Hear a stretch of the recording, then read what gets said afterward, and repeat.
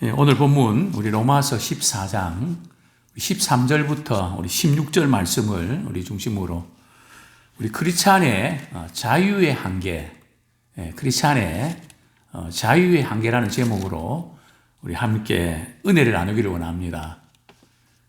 우리 크리스찬들은 우리 진리 안에서 자유함을 얻었습니다. 그러나 교회라는 공동체 속에서 우리 생활하면서 때로는 자기 나름대로 자유를 행사할 수 있지만 공동체를 위해서 자유를 제한할 때가 있습니다. 또 제한해야 됩니다. 그런데 우리가 이 부분을 잘 못하는 것 같습니다.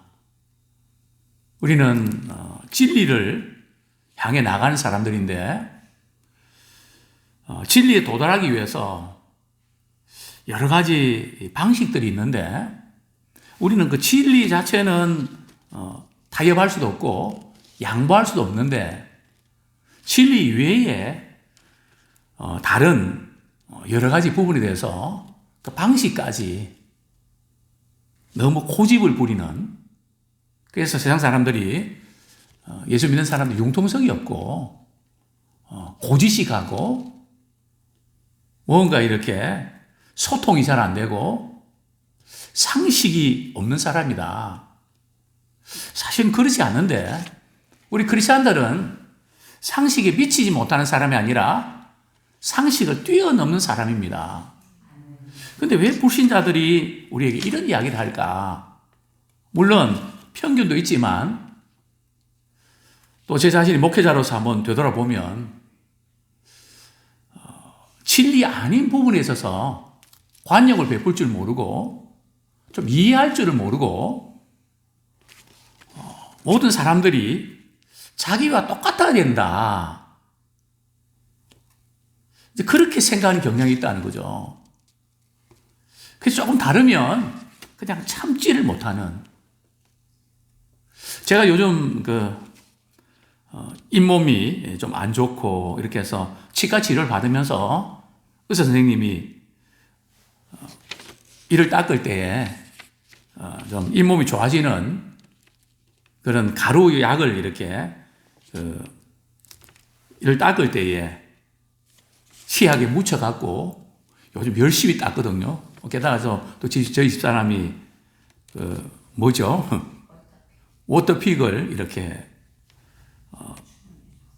사줘서 이제 그걸 하는데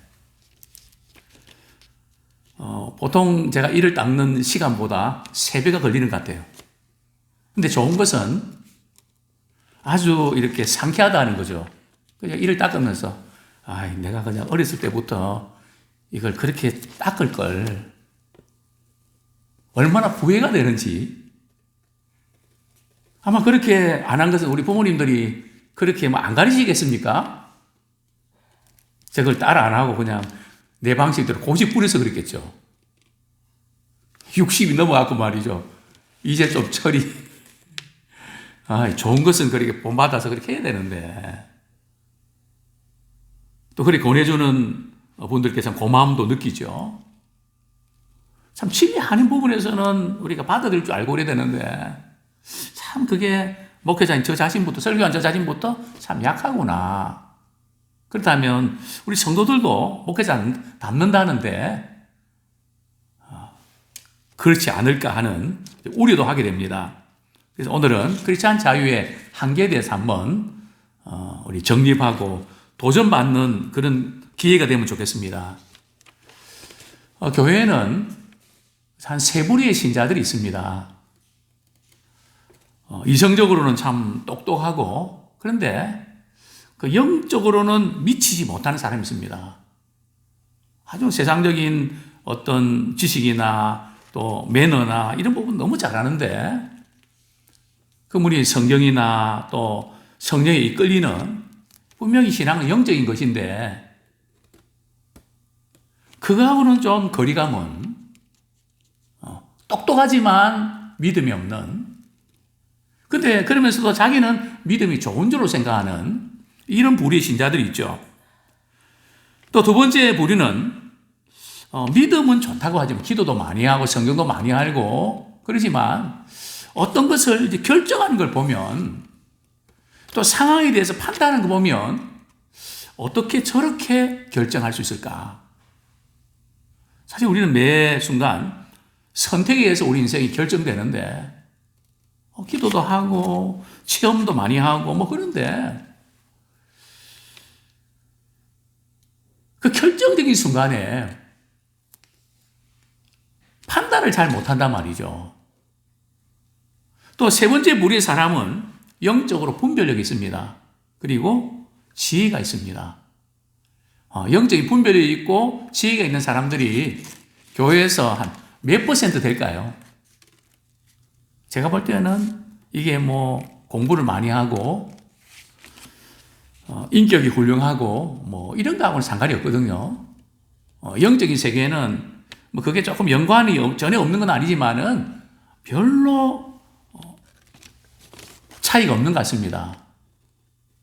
그래서 이런 분들은 극히 적거든요. 그러면 서로가 이제 다른 어떤 영적 수준에서 서로를 바라봅니다. 그럼 못 미치는 거죠. 영적으로 이렇게 잘 준비되어 있고 지혜가 있는 분들이 세상적으로 똑똑하고 많이 배우고 많이 가지고 뭐 그렇게 다 갖춰 있지만 너무 그게 육적이고 전혀 신앙적인 거하고는 상관이 없는 그런 걸 볼 때는 안타깝단 말이죠. 뭐 당연하죠. 또 어떤 분은 기도도 많이 하고 뭐 그냥 사모하는 마음도 갖고 막 그러는 것 같은데 결정적인 순간에 미스를 한단 말이죠.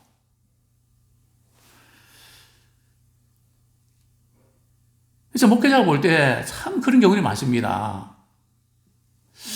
결정적인 순간에 미스테이크가 있단 말이죠. 그래서 우리는 늘 말씀을 읽고 기도하면서 그것이 우리 삶의 매 순간순간 결정하는데 영향을 미치기 원합니다. 이게 상관이 없는 이 커넥트가 되어 있거든요. 연결이 되어 있어야 되는데 이건 상관이 없이 기도하고 말씀 있는 거 따르고 은혜만 따르고 그 삶 속에서 판단하는 거 여전히 영향을 미쳐야 되는데 그렇지 못한 그래서 우리는 교회에서 신앙생활 하지만은 이런 면에서 우리는 갈등을 할 수밖에 없는 그런 구조가 되어 있다는 거죠. 자, 그런 것을 우리가 먼저 인정을 하면서 오늘 본문 우리 13절 그러면 어떻게 우리가 이런 교회 생활에서 서로 다른 우리 성도들을 어떻게 바라보고 어떻게 대해야 되는가? 우리 로마서 14장 13절 같이 읽겠습니다. 시작. 그런즉 우리가 다시는 서로 비판하지 말고 도리어 부딪힐 것이나 거칠 것을 형제 앞에 두지 아니하도록 주의하라. 지금 사도 바울은 로마에 있는 성도들 가운데 어떤 음식은 먹어도 되고 어떤 음식은 먹지 말아야 된다. 구체적으로 이야기하면 고기는 이방 신전에 제물로 드려진 거니까 유대인 신자들 가운데는 우상 숭배를 철저하게 경계하기 때문에 우리는 그거 먹을 수 없습니다. 그런데 이방인 신자들은 이 안 믿는 그 세상 속에서 이렇게 그 문화 속에서 익숙해 있기 때문에 그게 뭐 어때? 음식인데 감사함으로 먹으면 되잖아. 그래서 그 고기를 먹는단 말이죠. 그래서 믿음이 강한 사람은 또 믿음이 약한 사람을 무시합니다. 멸시를 합니다. 또 믿음이 약한 사람들은 믿음이 강한 사람들을 비판합니다. 어떻게 그렇게 고기를 잘 먹을 수 있냐고. 양심에 꺼리낌도 없냐고. 서로 이러면서 멸시하고 비판하는. 교회는 이 문제 때문에 우리 영적으로 손해를 봅니다. 그렇기 때문에 사도 바울은 이 부분을 굉장히 강조하는데요. 그래서 아예 서로 비판하지 마라. 믿음이 약한 사람이든 믿음이 강한 사람이든 서로가 비판하지 마라. 왜냐하면 약한 사람은 강한 사람에게도 비판할 거리가 있고 강한 사람은 믿음이 약한 사람을 비판할 이유가 있거든요. 그 비판하기 시작하면 끝이 없다는 거죠.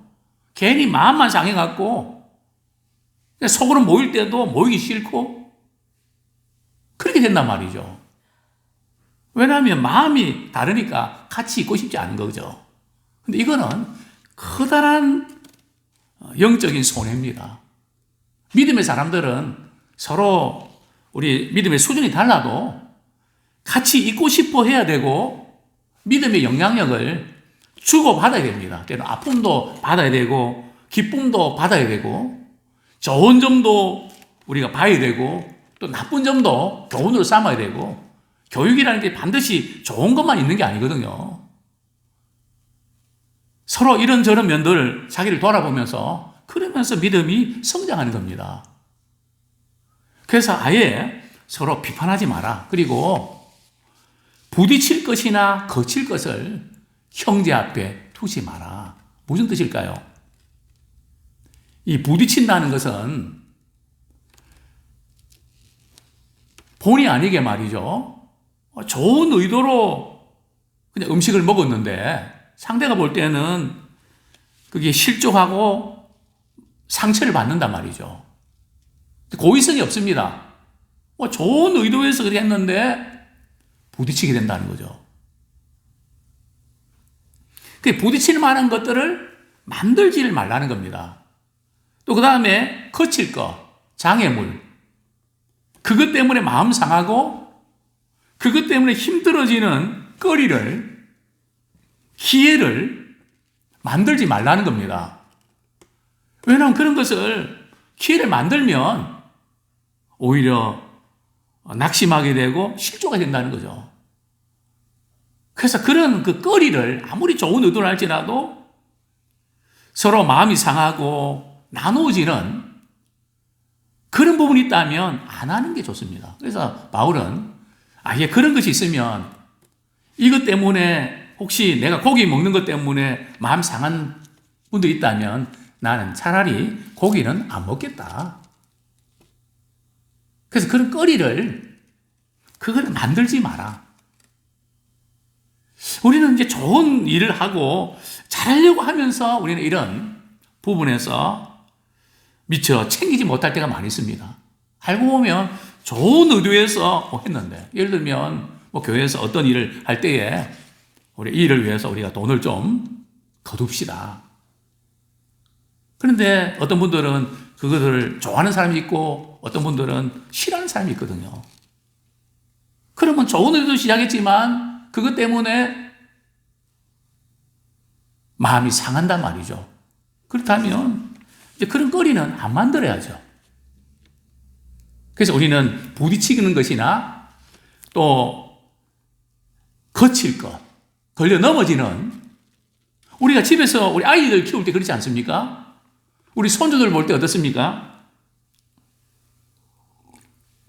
칼이라든지 불이라든지 막 다칠 만한 거 우리 할머니 할아버지들이 이렇게 우리 아이들 손주 보면서 순식간에 애들이 일을 저지르잖아요.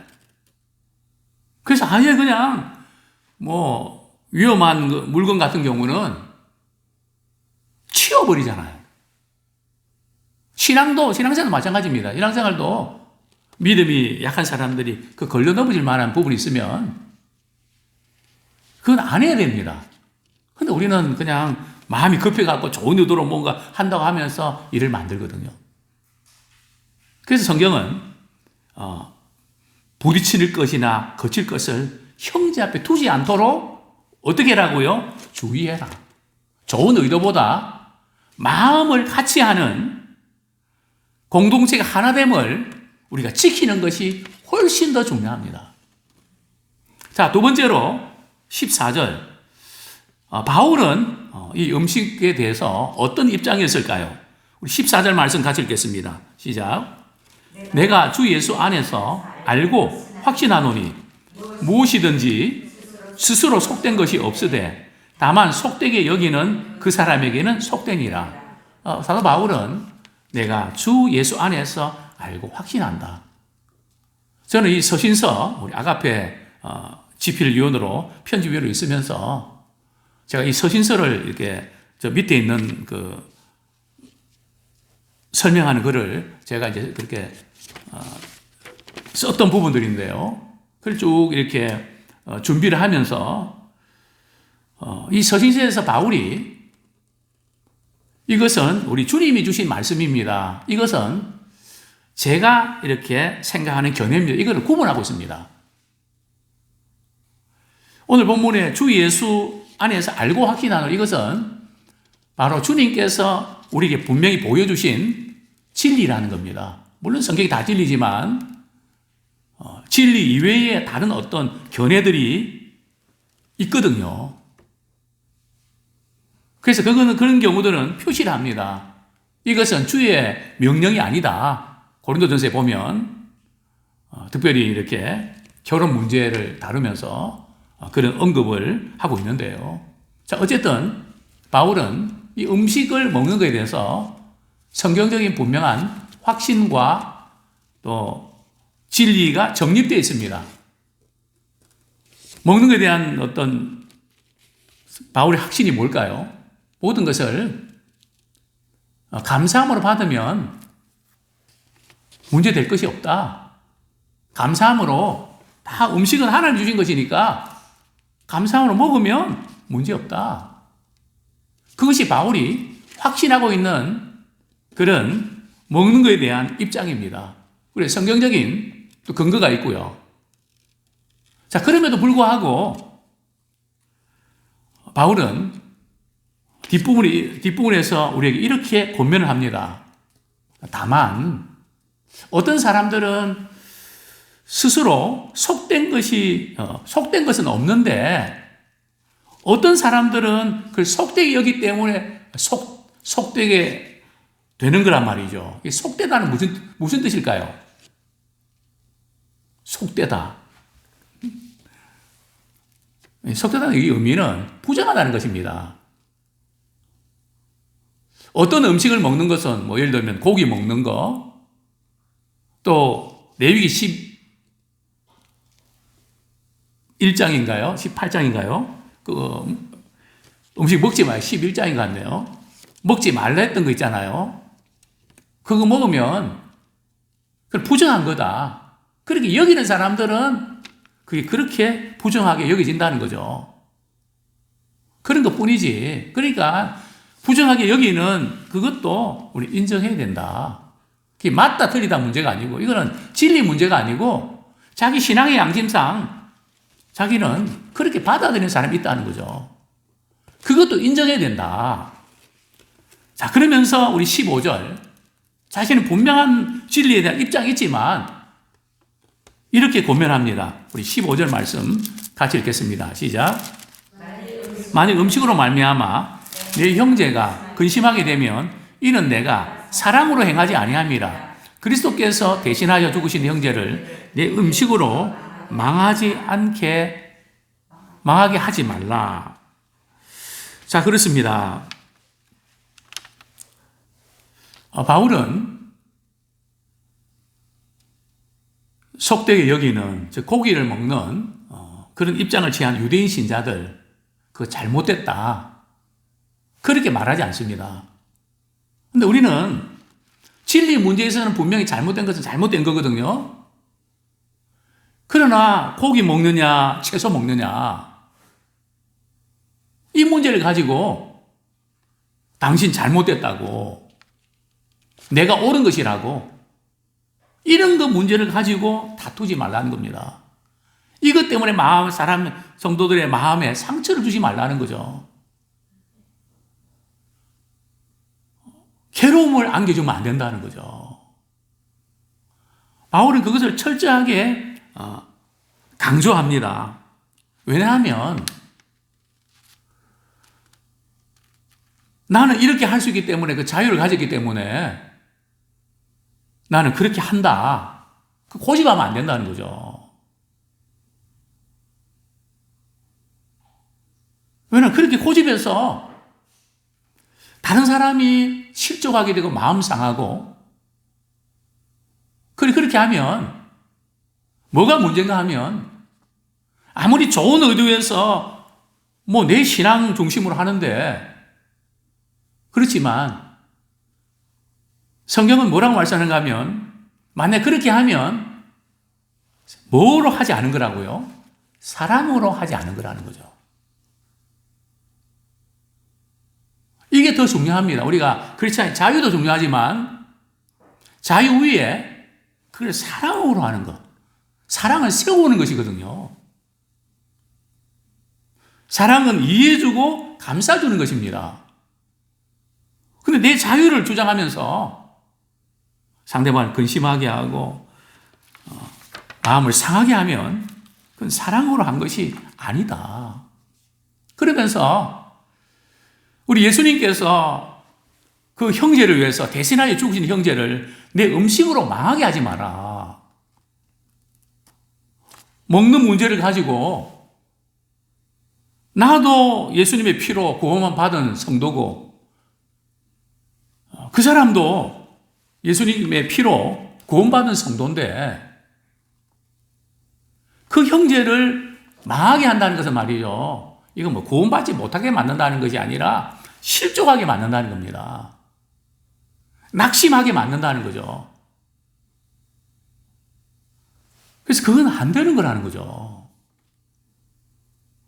우리 아무리 크리스찬 자유를 행사해도 그것이 다른 사람에게 어떤 영향을 끼치는가? 성경은 항상 정말 내 신앙 중심으로 이렇게 하는 거 필요합니다. 그러나 그것이 다른 사람에게 어떤 영향을 끼치느냐? 우리 내일, 다음 주에 좀 살펴보겠지만 우리 로마서 14장 19절 말씀 우리 같이 한번 읽겠습니다. 14장 19절 말씀 시작. 그러므로 우리가 화평의 일과 서로 덕을 세우는 일을 힘쓰다니. 우리가 신앙의 자유 중요합니다. 그러나 그것보다 더 중요한 것은 바로 사랑의 동기입니다. 그분을 사랑하는 마음으로 어떻게 대할 것인가. 그 사랑으로 대하는 그런 마음은 바로 화평하는 일. 그 일로 인해서 마음이 갈라지고 서로 관계가 불편해지고 거기까지 이르면 안 된다는 거죠. 또한 중요한 게 뭡니까? 뭐를 세워야 된다고요? 덕을 세우는 일. 즉 세우는 일. 그분을 영적으로 세우는 일. 또 격려하고 잘할 수 있도록 돕는 일. 우리 유기에서의 덕과 기독교의 덕과 제 이름 덕하고는 좀 다릅니다. 성경적인 덕은 말이죠.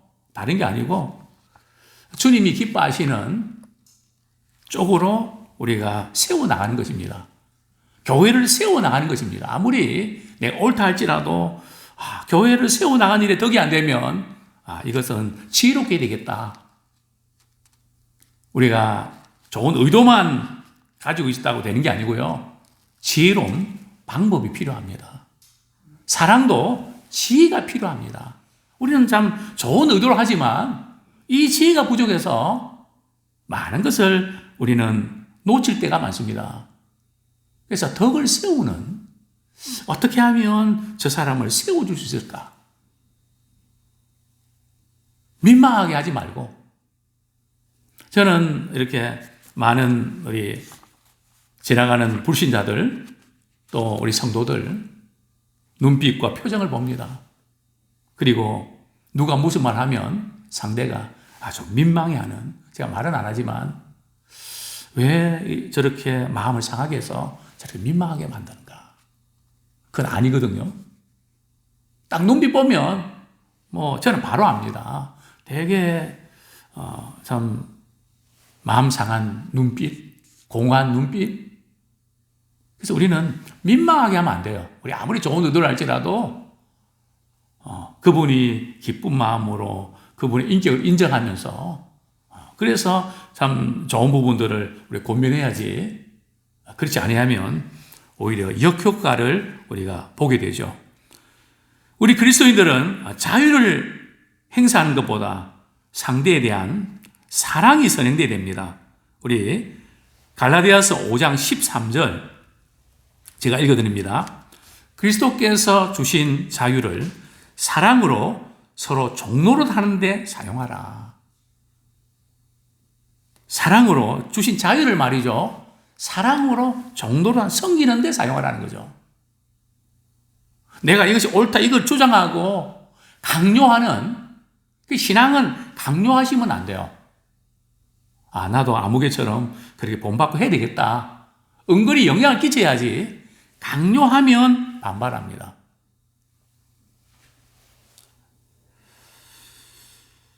그렇습니다. 크리스천의 자유는 자신만을 위해서가 아니라 상대방을 위해서 해야 됩니다. 자기 방식을 고집하는 것이 아니라 상대의 유익을 위해서 자신을 양보해야 합니다.